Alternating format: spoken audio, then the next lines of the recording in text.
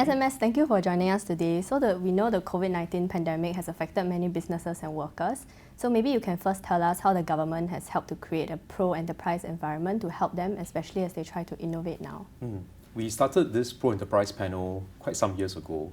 And over the years, this has been a concerted effort involving many different government agencies, as well as private sector partners.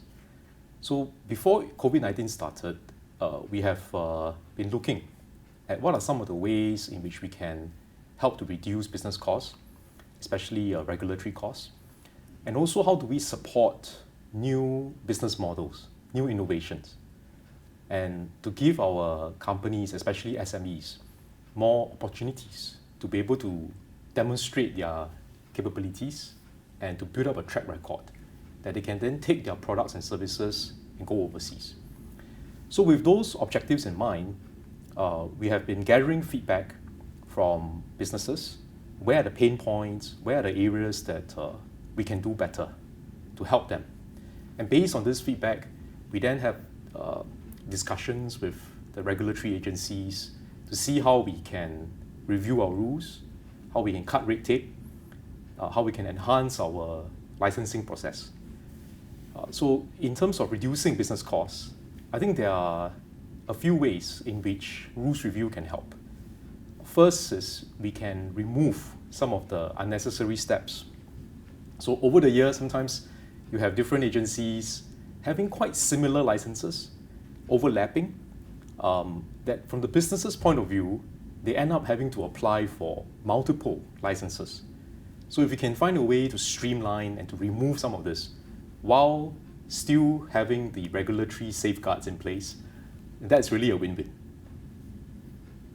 Even within one department, sometimes over the years, you may end up with more and more licenses, more and more forms, more and more fees being imposed on the business entity.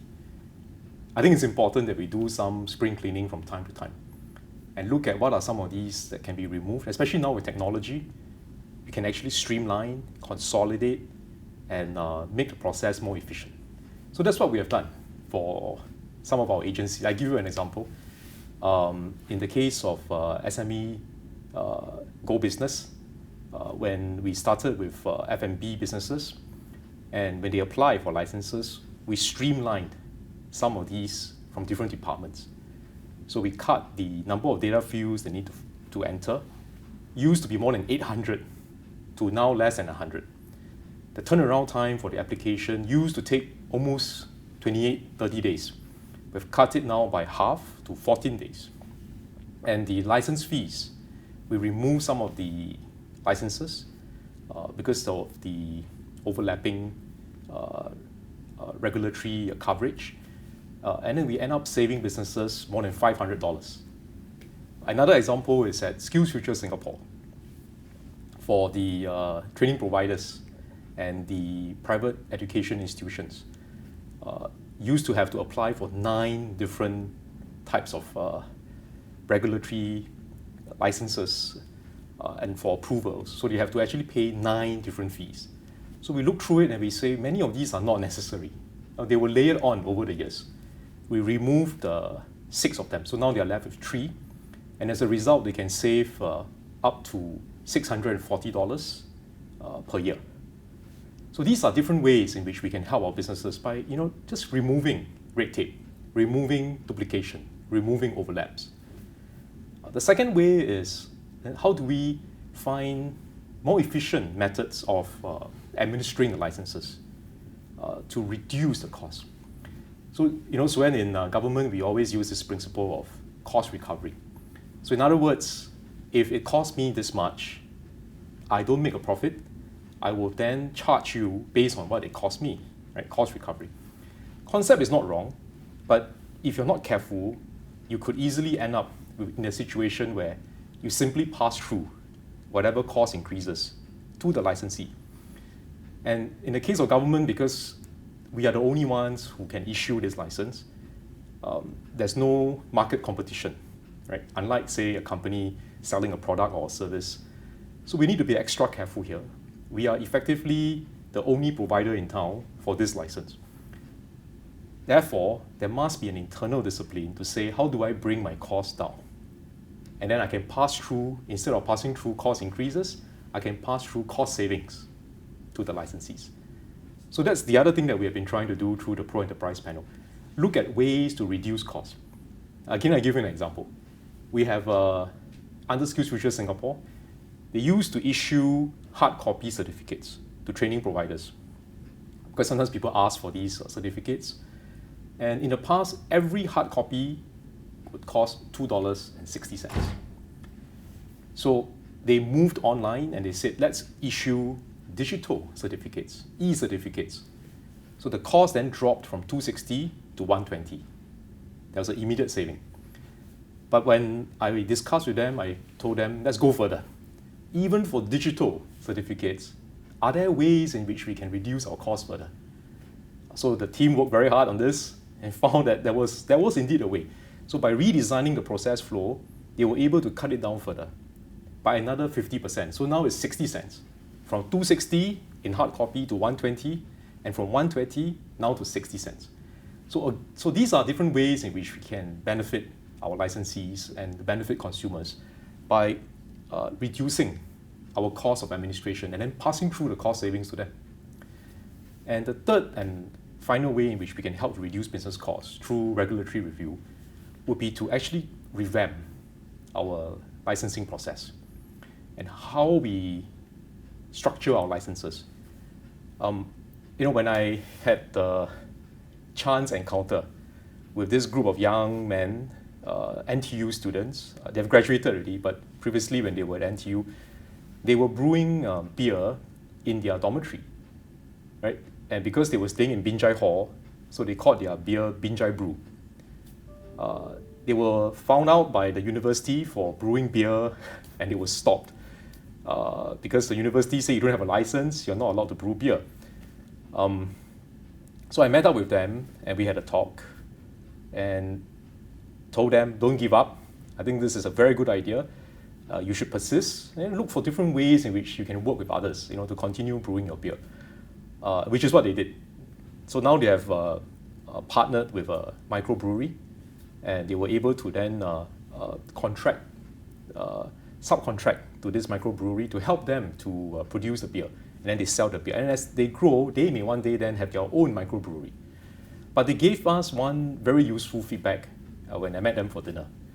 They said that one of the entry barriers for many startups is that the license for microbrewery is very expensive. So rather than pay the entire annual license fee upfront, when you are not sure whether your business is going to succeed, how long you're going to last, that becomes sort of like an entry barrier. It deters startups from entering the space. So they asked, can you give us a prorated license? So if I only want a license for 3 months instead of a whole year, just to test it out, are you able to give me a license that is shorter in duration but lower in quantum?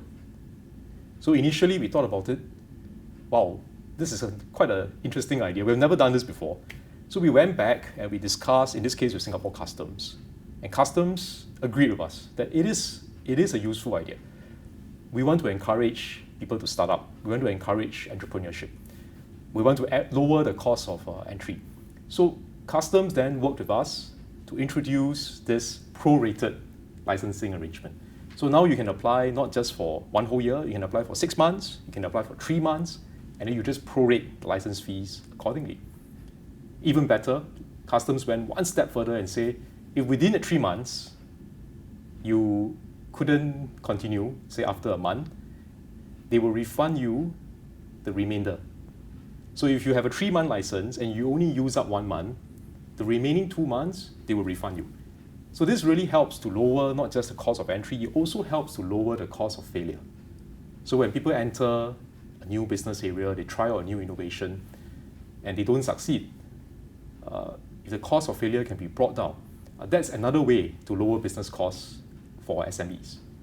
So later we applied this concept to other areas, and one of the areas that we are now discussing is with MUIS on halal certification, whether the same kind of prorated licensing approach can be used to help businesses who want to get a halal certificate to lower the cost of entry and then also to, in turn, lower their business costs.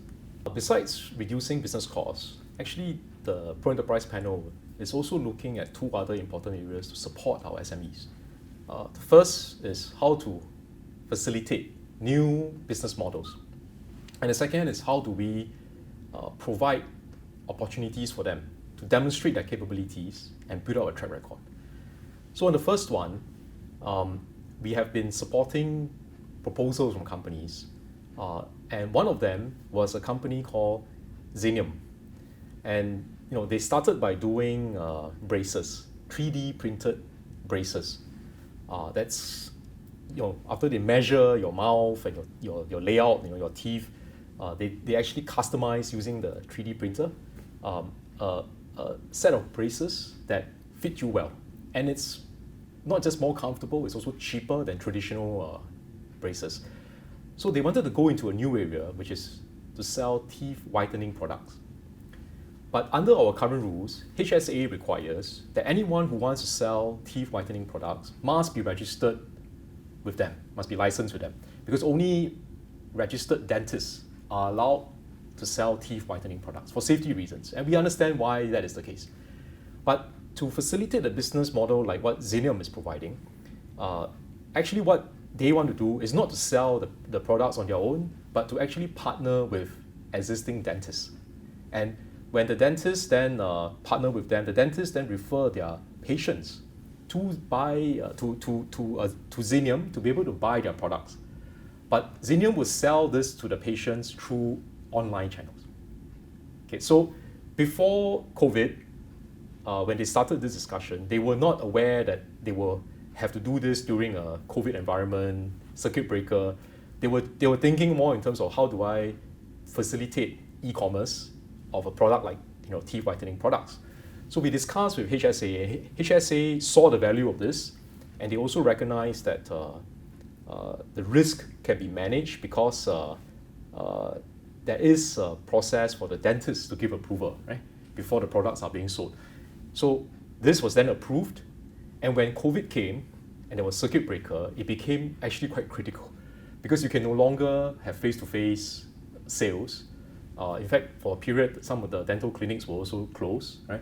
So this then became quite important for the patients to be able to, with the approval of the dentist, through dentistry, then be able to buy some of these products online from Xenium. So I think this is a good example of how rules review has actually helped during a circuit breaker period. Another example is what we do in our hotels. For many years, hotels were saying, can we move towards a contactless registration, check-in, check-out process? And they wanted to do this more to save manpower before COVID. But now with COVID, there's an added health and safety reason, right? And one of the sort of obstacles in the past was that there was a rule by ICA that the hotel staff must personally and physically check the passports and travel documents to make sure that this person has a valid visa to remain in Singapore before the person could check in. So instead of doing this, we discussed with ICA and say, actually with technology today, why don't we do it the other way around? Allow the check-in to happen, we take down the particulars, we scan it. At the back end, we send the information across digitally to ICA. ICA can do your checks at the back end. It's actually safer, it's actually more secure than asking the hotel counter staff to do the checks for you. This is actually a better process. And because we managed to change this rule, hotels are now able to do contactless registration for check-in, check-out. Okay, so I think this is another example of how something that was done before COVID, with COVID, actually the preparations then became very useful to allow the companies to adopt different business models. Then the last area, providing opportunities. I think one very important thing is, SMEs have a lot of good products and services, but not all of them will have track records or to have the size to be able to participate and the resources to be able to participate if we make our rules too onerous or if we make our hurdles too high. So one of the things that we did was based on feedback from SMEs, we changed the rule to say, if your annual turnover is less than 5 million, you do not need to submit audited financial statements to participate in GBIS. Because under the Companies Act, a small company that has turnover of below 5 million per year, per annum, is not required to prepare audited financial statements anyway. So why add this as a requirement if they want to participate in GBIS? So to align this with Companies Act, we discussed with MOF and we removed this rule. So this can save the participating companies a few $1,000s a year. I mean, it may not be good news for the auditors because then they lose this business. But I think from an overall productivity and cost savings point of view, this then helps more SMEs to be able to participate in GBIS. Right? The second change that we made was this. There are many small companies that they will not individually be able to meet the threshold to be able to participate in certain tenders and government projects. Now, in the past, the model was if you want to come together, yes, you can do so, but at least one of you must still meet that threshold, size of the company and so on and so forth. But this is an entry barrier because if I have a few small companies and none of them could actually cross the hurdle, but collectively they have the combined resources to be able to meet those requirements, they still can't participate. Right? So we changed the rule, and now they are able to pool their resources together, come together. So if you have a few small companies, but collectively pooling together, they're able to meet that threshold, they can now participate. And we treat it as a company that is able to satisfy those thresholds. I think this makes sense also because the purpose of the threshold, it's really to have some safeguards, right? You want to make sure that the company has enough resources. So if you look at the substance of why this rule was put in place, it's actually to ensure that whoever is bidding for the project will have the resources to complete it. Now, if for the smaller companies, by coming together, they can demonstrate that they can meet the spirit and substance of this rule, then why not? Then we have more options, right? We can choose from a larger pool of suppliers. And for the company, this then becomes a great opportunity for them to demonstrate their capabilities, build up a track record, which they can then take to bid for other projects, both locally and also overseas. Besides some of these regulatory barriers that you are mentioning, what are some of the biggest challenges that businesses face when they try to digitalize and innovate themselves? Now, many of the SMEs are aware that they have to adapt to this new normal. And before COVID, many of them already started. But with COVID, there's now an even greater impetus and urgency. So I don't think we have difficulties convincing people of the need to transform and change. But what I think is a bit of a barrier and concern to some SMEs would be how to do it. And I understand these concerns because it's not easy. You're talking about a new way of doing things, right? You have to abandon some of your previous processes, or you have to significantly modify some of them.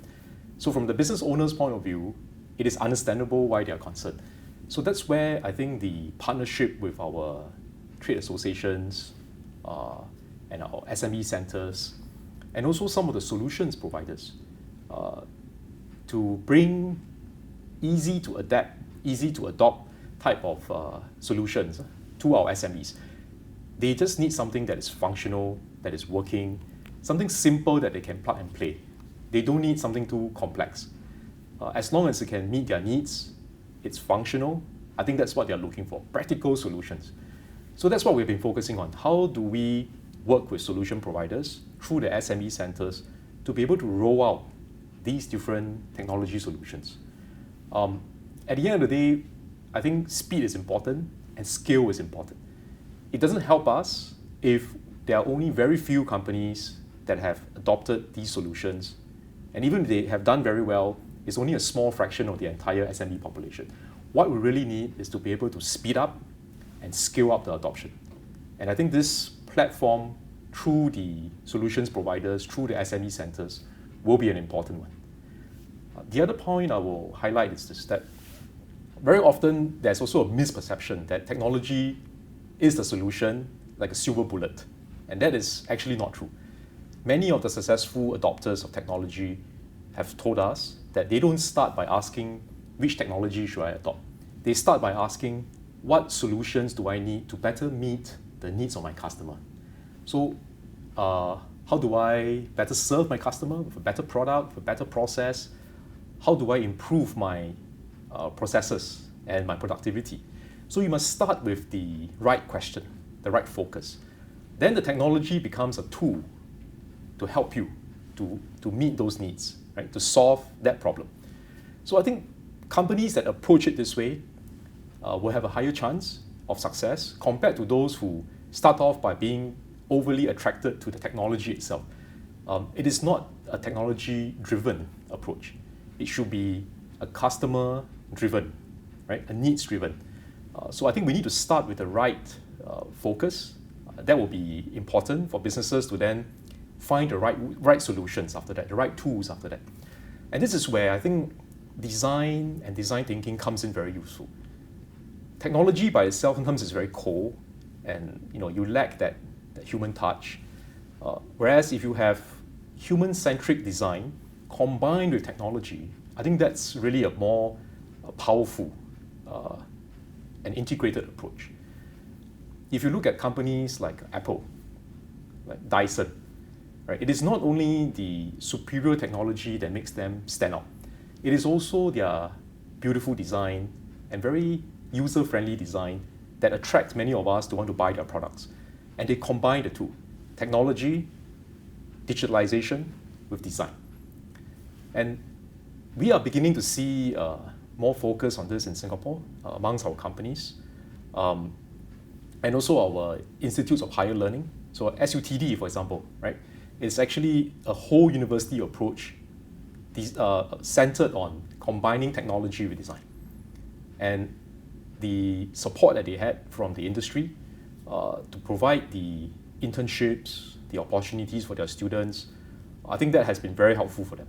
They are also in partnership with overseas universities, Zhejiang University, for example, who also believe strongly in this approach, a multidisciplinary integrated approach.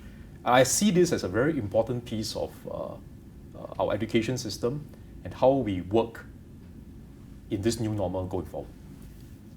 Are there also certain sectors or specific industries that are pushing ahead with digitalization, and are there others that are lagging behind even though they have the potential to change? Yeah, I think definitely some sectors are embracing technology more quickly.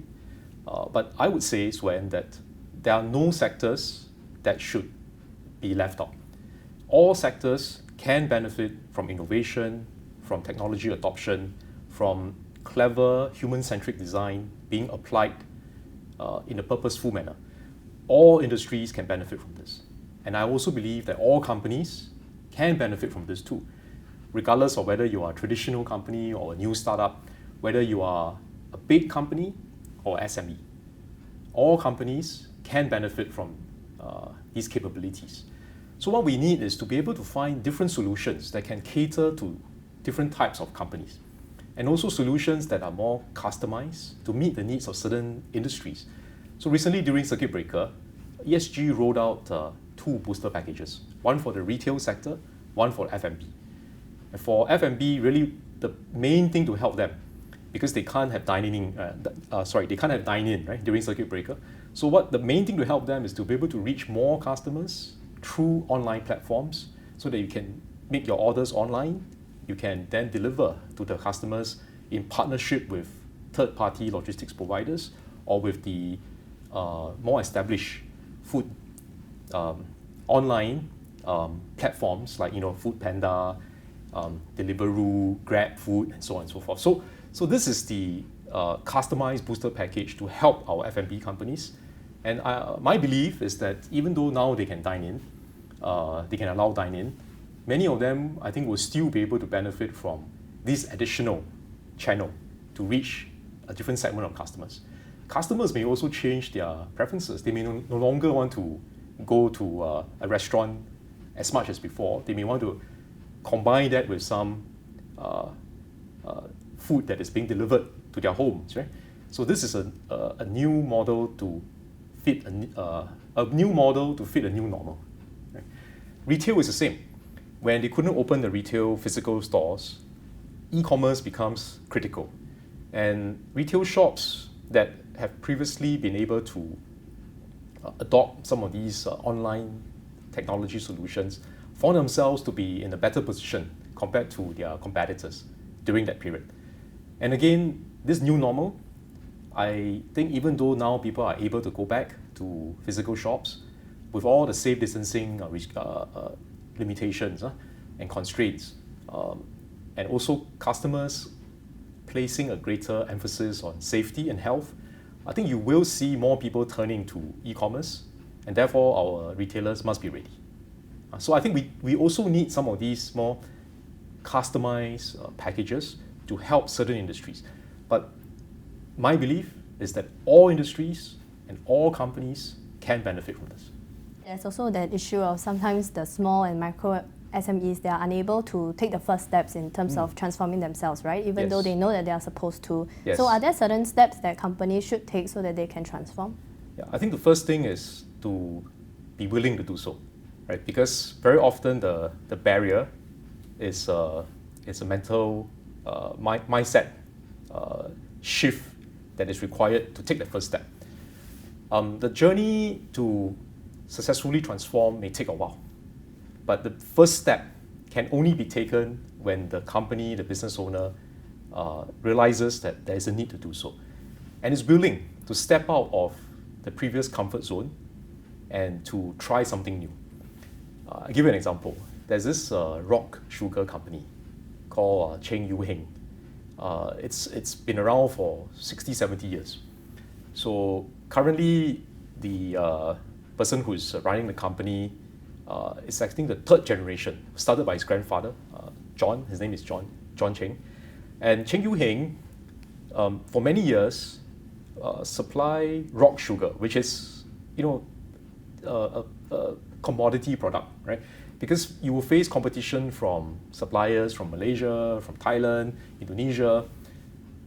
From the customer's point of view, if all you're selling is rock sugar, pure rock sugar is rock sugar. So competition will be based on price, right? When it's a commodity product. And when we compete based on price, unlikely Singapore companies will be able to pit ourselves against rivals from the region because they have lower cost structures than us. So not quite to our advantage, that kind of scenario. So what the company management did was they realized that this requires transformation. So instead of competing on rock sugar, they transformed the rock sugar into a novelty product.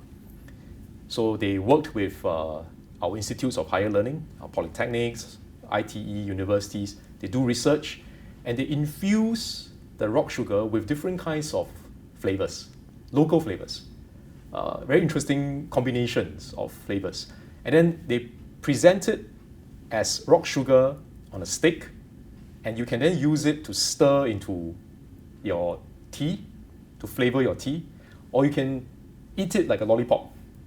So different ways of enjoying this product, but they have transformed something which used to be a commodity, just pure traditional rock sugar, into something that is actually a value-added novelty product.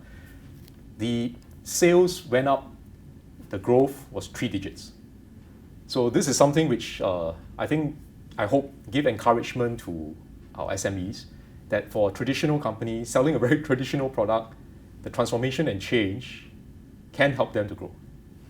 How do companies also ensure that they bring workers along on this journey? Because as we know, the workers are the things that make the company keep going, right? That's absolutely critical. I always believe that successful enterprise transformation must go hand in hand with skills upgrading. So under Skills Future Singapore, we started this Skills Future movement about 5 years ago.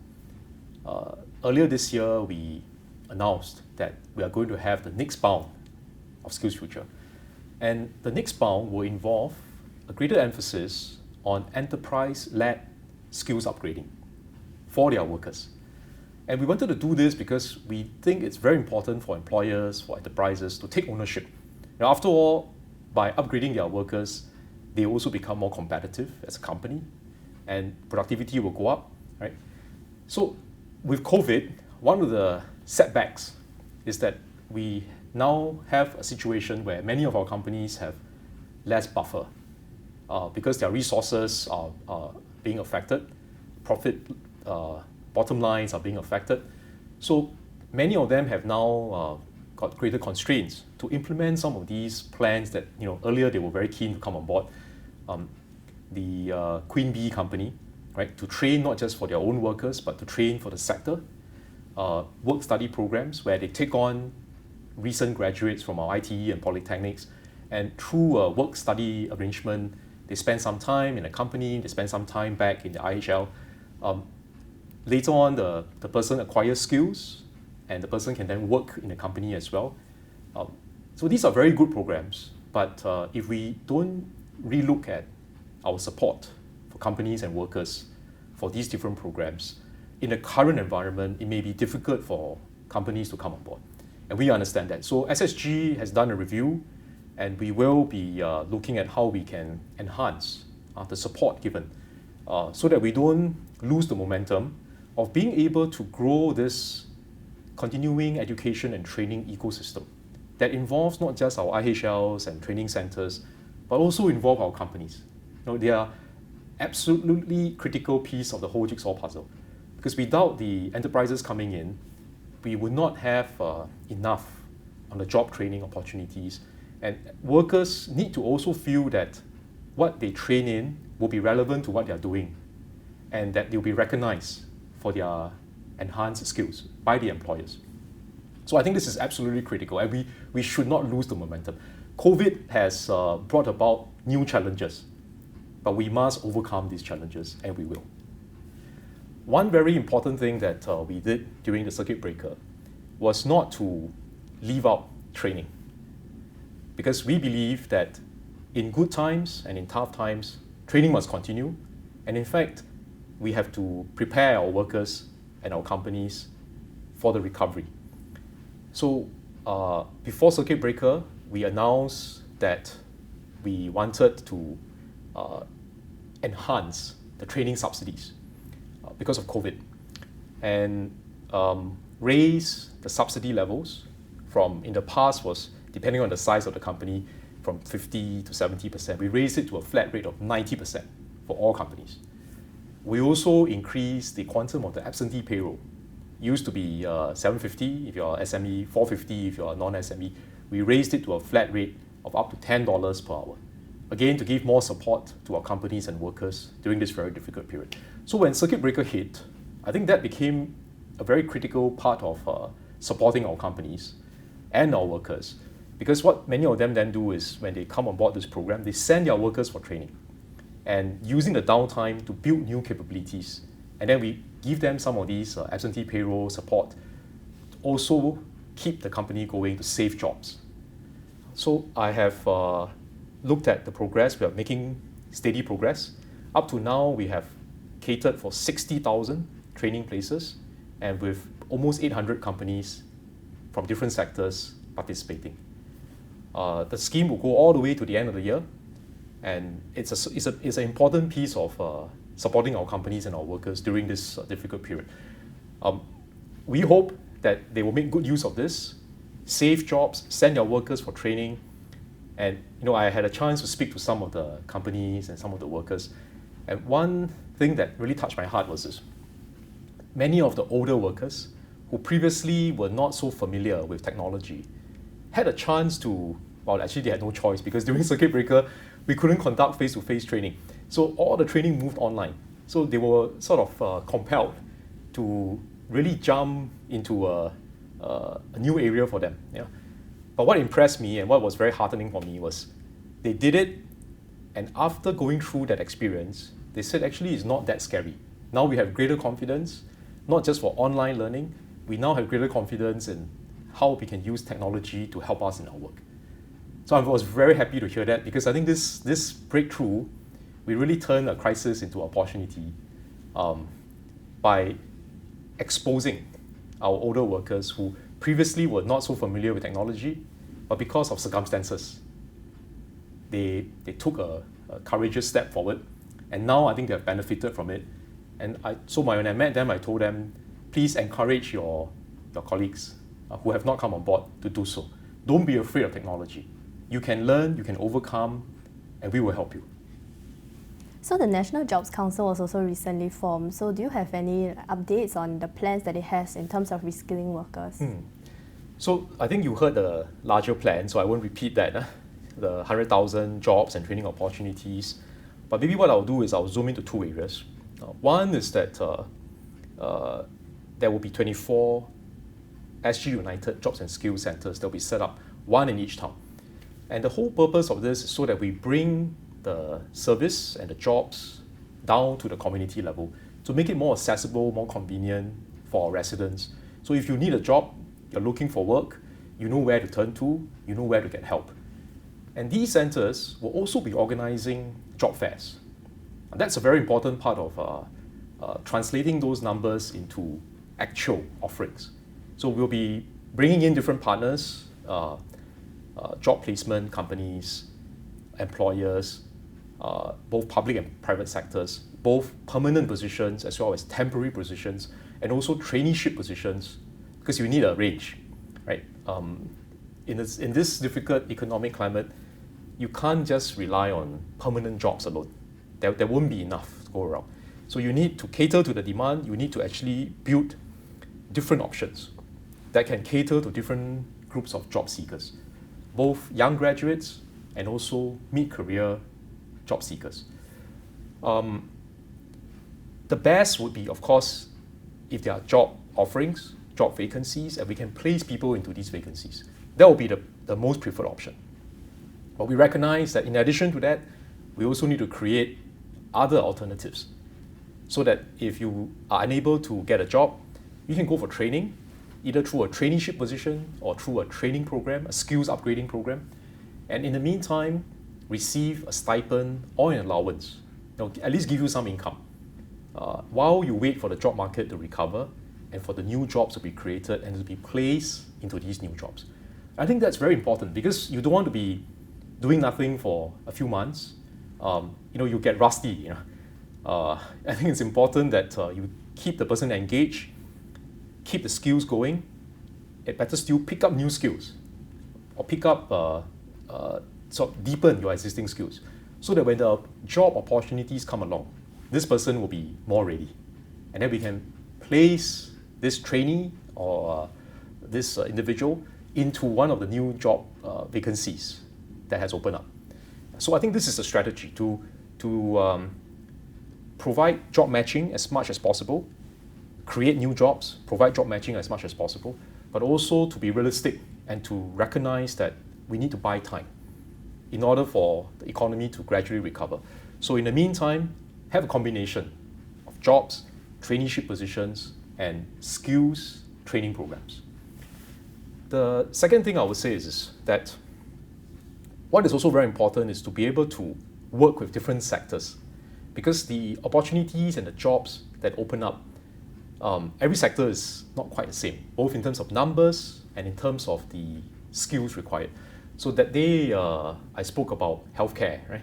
And I spoke about early childhood, I spoke about training and adult education. These are the three sectors under the Essential Domestic Services FEC subcommittee.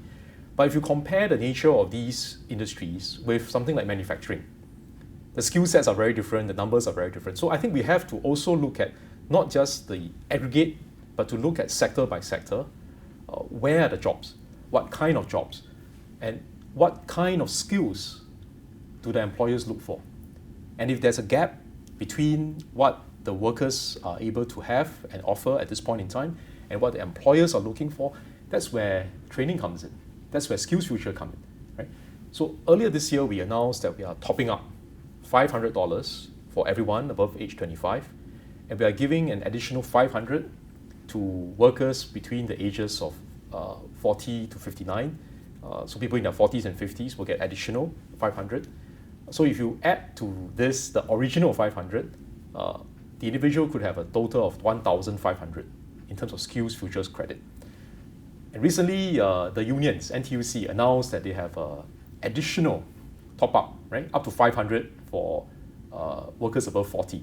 So if you add it all up, actually for a mid-career, mature worker or middle-aged worker, you could end up with a total sum of about $2,000 in terms of credit.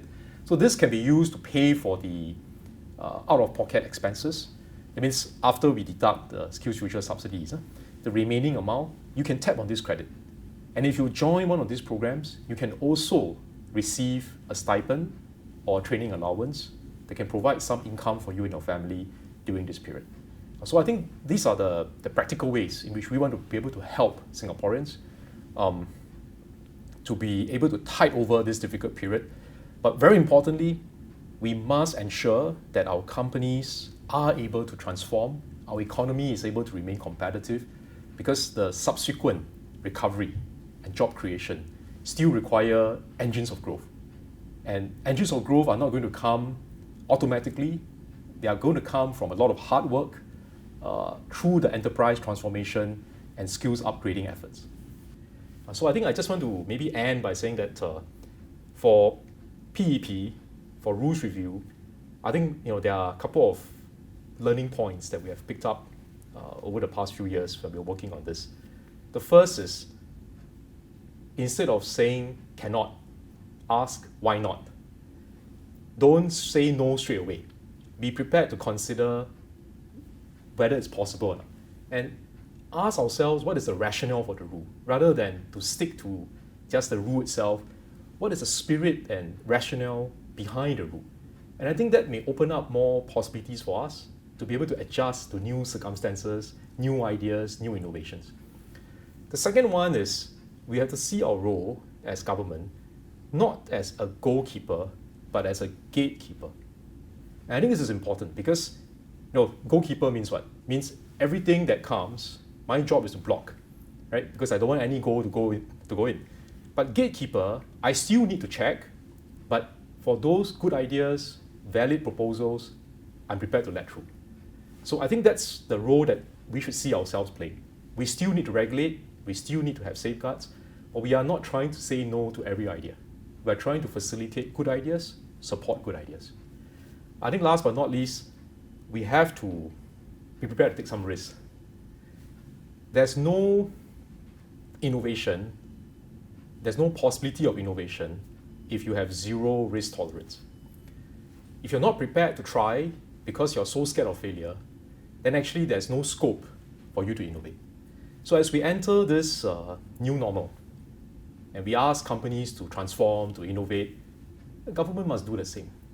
So this is our responsibility as well, to innovate our rules, to transform our regulations so that we're better able to support our companies.